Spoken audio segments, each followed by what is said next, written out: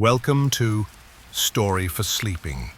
Tonight, let your mind unwind as we journey through a calming tale from history. Get comfortable, close your eyes, and let the story guide you into peaceful sleep. Rome, the Eternal City. A marvel of marble columns, paved roads, and towering aqueducts. An empire that dominated 3 continents. But beneath the polished facade, another Rome thrived and suffered. The Rome of the people, of workers, slaves, women, children. Those who lived, labored, and died in the shadows of greatness. In narrow alleys, insulae, cramped, rotting apartment buildings leaned dangerously over filth-choked streets. Families of 6 or 8 squeezed into single rooms. Water was hauled in buckets from nearby fountains. Toilets were shared, if they existed at all. Fire was a constant fear. A stray oil lamp, a cooking fire left too long, entire blocks could burn within hours. The city's firefighting force, the vigiles, often arrived too late. In the mornings, Rome awakened to the sounds of labor, market criers, blacksmiths' hammers, the grinding of grain. Laborers hauled amphorae in the sun, porters pushed carts uphill, and slaves, the invisible backbone, tended shops, swept floors, or carried their masters through crowded forums. Medical knowledge was primitive. A cough could be fatal. A wound could rot within days. Honey was medicine, so was wine, so were prayers. Doctors treated illness with herbs, spells, or the knife. The wealthy might survive, the poor bled. Crime festered in the dark. Robbers, cutpurses, and gangs preyed on the desperate. Policing was inconsistent, justice uneven. The Roman legal system enforced control, not fairness. Citizens enjoyed legal protection, slaves did not. Foreigners, even less. Trials were public and performative. Punishments were often cruel. Branding, amputation, crucifixion. Still, Romans found moments of peace. The thermae, or public bath, welcomed all ranks. A warm soak, a scrub, a political chat. Social class dissolved, if only for an hour. And in the chaos of the streets, something remarkable happened. A culture bloomed, literature, architecture, philosophy. Rome was brutal, but it was also brilliant. This was the paradox of empire, cruelty and creativity, hand in hand. Fell by the sword and the Senate, far from its marble heart, 2 women carved their legacies into legend, not by birthright, but by blood and oath. Rodigon of Paththeia was a princess born into subjugation. Her kingdom, high in the eastern highlands, was occupied by imperial forces. Her family stripped of power, her people enslaved. Rodigon swore an oath before her gods. She would not wash her hair until her homeland was free. Her rebellion began with whispers, then blades. She rallied her people from mountain caves, striking with precision, then vanishing into the fog.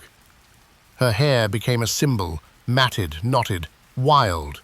She wore it like a crown of defiance. For 7 years, she led guerrilla campaigns, ambushing supply lines, sabotaging roads, turning nature itself into a weapon.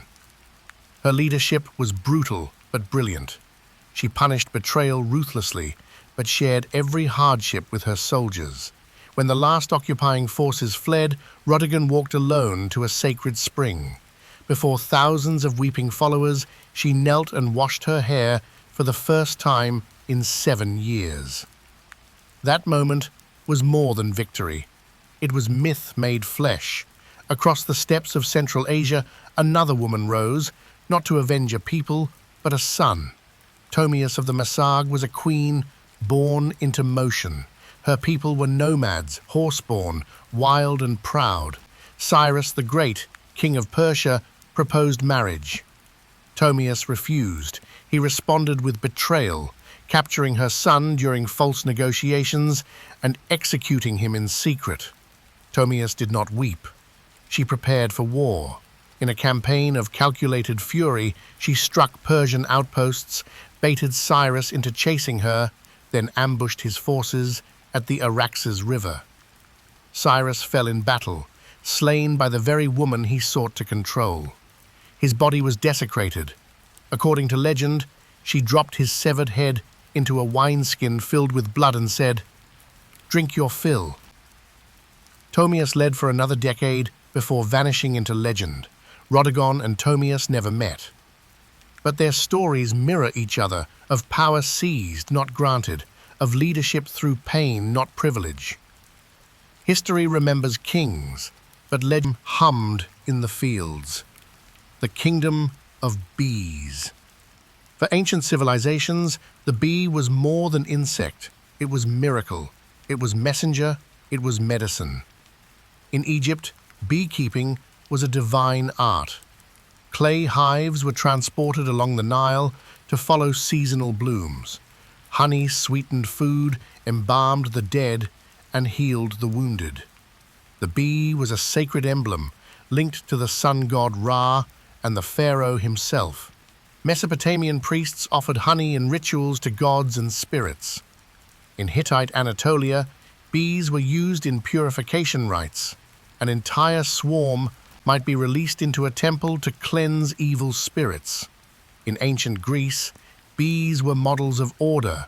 Aristotle studied them, marveling at their behavior. Temples to Artemis and Demeter burned beeswax candles. Honey cakes were left as offerings to the dead. To the Greeks, the hive represented harmony, each bee a citizen working for the whole. Rome transformed beekeeping into industry. Apiaries lined the countryside. Hive designs evolved, from clay to woven baskets, from horizontal logs to terracotta domes.